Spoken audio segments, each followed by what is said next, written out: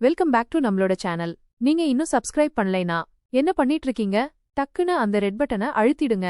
அப்பதான் நம்ம போடுற வேற லெவல் வீடியோ. சரி, சீன் அப்படியே அந்த குகையில ஸ்டார்ட் ஆகுதுன்னு வச்சுக்கோங்க. அங்க ஜியூவும் அந்த டோமாஹாக் பாம்புன்னு ஒரு வித்தியாசமான பாம்பு ரெண்டு பேரும் அப்படியே மல்லு கட்டுற மாதிரி நின்னுக்கிட்டு இருந்தாங்க. ஒரு மரத்துக்கு இருக்கிறியே பெரிய தொல்லைனா அது அந்த எக்ஸ் தான். நம்ம கோடாலி இருக்குல்ல, இந்த டோமாஹாக் பாம்பு வேற மாதிரி அதோட தலையிலையும் வாலிலையும் கோடாலி மாதிரி பிளேடெல்லாம் வச்சிருக்குதுங்க.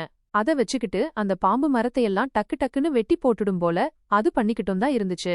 ஒரே ஒரு அடிதான் அந்த பாம்பு அடிச்சது. ஜியூவோட 26 கிளைங்க தடால்னு ஒடிஞ்சு தொங்கிடுச்சு பாருங்க. அந்த பாம்பு என்ன பண்ணுச்சுன்னா, அந்த வெட்டின கிளைங்களையெல்லாம் சும்மா கடிச்சு முழுங்கிட்டு ஜியூவோட எனர்ஜி எப்படி இருக்குன்னு டெஸ்ட் பண்ணி பாக்குது. ஜியூன்னா அந்த டோமாஹாக் பாம்புக்கு ஒரு செமத்தியான எனர்ஜி சப்ளை, அப்படியே ஃபர்ஸ்ட் கிளாஸ் சாப்பாடு மாதிரி. அது என்ன பண்ணுதுன்னா, தன்னோட வேர்களை எல்லாம் இன்னும் நல்லா ஸ்ட்ராங் ஆக்கி அந்த டோமாஹாக் பாம்புக்கு நேரா நிக்குது. அந்த பாம்பு தன்னோட கோடாலி மாதிரி தலைய வச்சு ஒரு போடு போடுது பாருங்க. அதை இது அப்படியே தடுத்துடுச்சு. ஏன்னா அந்த பாம்பு சைஸ்ல ரொம்ப பெருசு, அது அடிக்கிற வேகமும் பயங்கரமா இருந்துச்சு. பாம்பும் ஜியூவும் ரெண்டு பேருமே லெவல் 9 தான். ஆனா அந்த பாம்பை விட நம்ம ஒரு படி மேல இருக்கணும்ல. அதுக்காக ஜியூ என்ன பண்ணுதுன்னா, தன்னோட எவல்யூஷன் பாயிண்ட்ஸ் எல்லாம் யூஸ் பண்ணி தன்னோட வேர்களை ஒன்னொன்னா டெவலப் பண்ண ஆரம்பிச்சிருச்சு. எல்லா டெவலப் பண்ண வேர்களையும் வச்சு அந்த டோமாஹாக் பாம்பை அப்படியே கயிறு போட்டு கட்டின மாதிரி கட்டி போட்டுருச்சு. பாம்ப நல்லா டைட்டா பிடிச்சுக்கிட்டு தன்னோட ட்ரில்லர் மாதிரி இருக்கிற வேற வச்சு அந்த பாம்போட வயித்துல அப்படியே குத்த ஆரம்பிச்சிருச்சு. பாம்பு கொஞ்சம் அடிபட்டாலும் உடனே சாகர அளவுக்குலாம் இல்ல அந்த காயம். இப்போ அந்த டோமாஹாக் பாம்பும் ஜியூவும் ரெண்டு பேரும் சரிக்கு சமமான எதிரியா மாறிட்டாங்க. ஆனா ஜியூ என்ன பண்ணுதுன்னா, அந்த டோமாஹாக் பாம்ப தன்னோட ஏரியாவுல சுத்தமா இருக்க விட மாட்டேங்குது. ஒவ்வொரு வேர்ல இருந்தும் ஒவ்வொரு கிளையில இருந்தும் அந்த பாம்பை அட்டாக் பண்ணி துரத்தி அத அங்கிருந்து ஓட வச்சிருச்சு.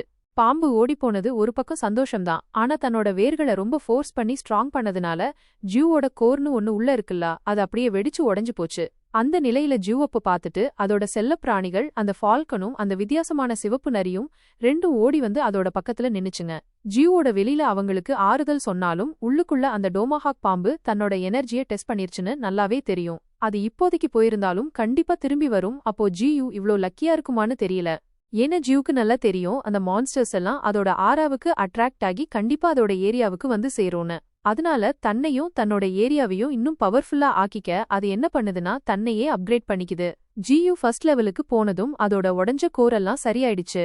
அதோட ஒடிஞ்ச கலைங்கெல்லாம் புதுசா முளைச்சு வந்துருச்சு. அது அப்படியே எவால்வ் ஆகி வேற லெவலுக்கு போயிடுச்சு. அது மட்டும் இல்ல, அதோட கூட இருந்த அந்த மான்ஸ்டர்ஸும் எவால்வ் ஆகி பவர்ஃபுல்லா ஆயிடுச்சுங்க.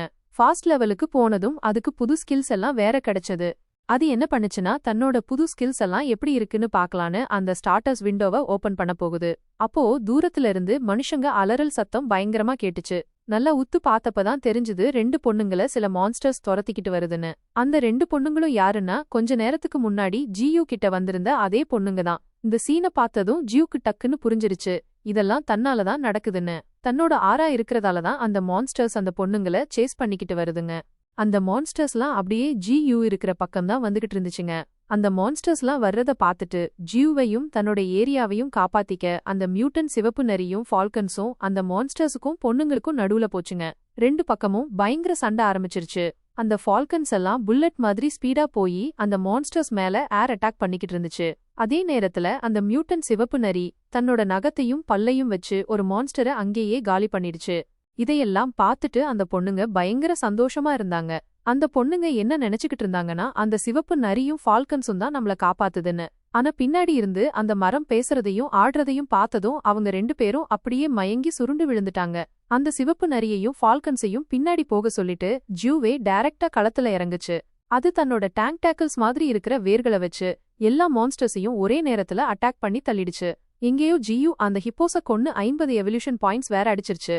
அந்த சூப்பர் ஃபாஸ்ட் பேட்லாம் ஜியூவோட வேருக்கு முன்னாடி ஒன்னும் பண்ண முடியல. அது என்ன பண்ணுச்சுன்னா, சில ரொம்ப ஸ்ட்ராங்கான மான்ஸ்டர்ஸை மட்டும் விட்டுட்டு மீதி எல்லாத்தையும் க்ளோஸ் பண்ணி எவல்யூஷன் பாயிண்ட்ஸ் எடுத்துக்குச்சு. அந்த சில ஸ்ட்ராங்கான மான்ஸ்டர்ஸ்லாம் யாருன்னா, ஜியூவோட அட்டாக்க தாங்கின சில ஓநாயங்க, ஒரு கொக்கு, ஒரு குரங்கு, ஒரு பசு, அப்புறம் ஒரு ஹனிபாட் பேஜர்னு ஏதோ ஒன்னு. இந்த மான்ஸ்டர்ஸ்லாம் நல்ல பவரா இருந்துச்சு, யூஸ்ஃபுல்லாவும் இருந்துச்சுன்னு ஜியூ என்ன பண்ணுச்சுன்னா, அதோட கிளைகளை வச்சே அதையெல்லாம் கட்டி போட்டு வச்சிருச்சு. அந்த மான்ஸ்டர்ஸ் பிரச்சனை முடிஞ்சதுக்கு அப்புறம் ஜியூவுக்கு இருக்கிற மெயின் தலைவலி இந்த ரெண்டு பொண்ணுங்க தான். ஜியூ இந்த ரெண்டு பொண்ணுங்களையும் சும்மா போக விட்டா ஊருக்கே அத பத்தி தெரிஞ்சிரும். இல்ல அவங்கள கொன்னுட்டா கிராமத்துல இருக்கிறவங்க ரெண்டு பொண்ணுங்களை காணோன்னு தேடி ஒரு நாள் ஜியூ இருக்கிற இடத்துக்கு வந்துருவாங்க. கிராமத்துக்காரங்களுக்கு அத பத்தி தெரிஞ்சிருச்சுன்னா அப்புறம் மிலிட்டரிக்காரங்களுக்கும் தெரிஞ்சிரும். அப்புறம் அவங்க என்ன பண்ணுவாங்கன்னா டெஸ்ட் சப்ஜெக்ட்னு சொல்லி லேபுக்கு தூக்கிட்டு போயிடுவாங்க, இல்லனா ஏதாச்சும் பொட்டானிக்கல் கார்டன்ல கண்ணாடிக்குள்ள வச்சு வேடிக்கை பார்ப்பாங்க. இந்த மாதிரி எல்லா பிரச்சனையில இருந்தும் தப்பிக்க ஜியு வேற ஏதாவது யோசிக்குது. யார்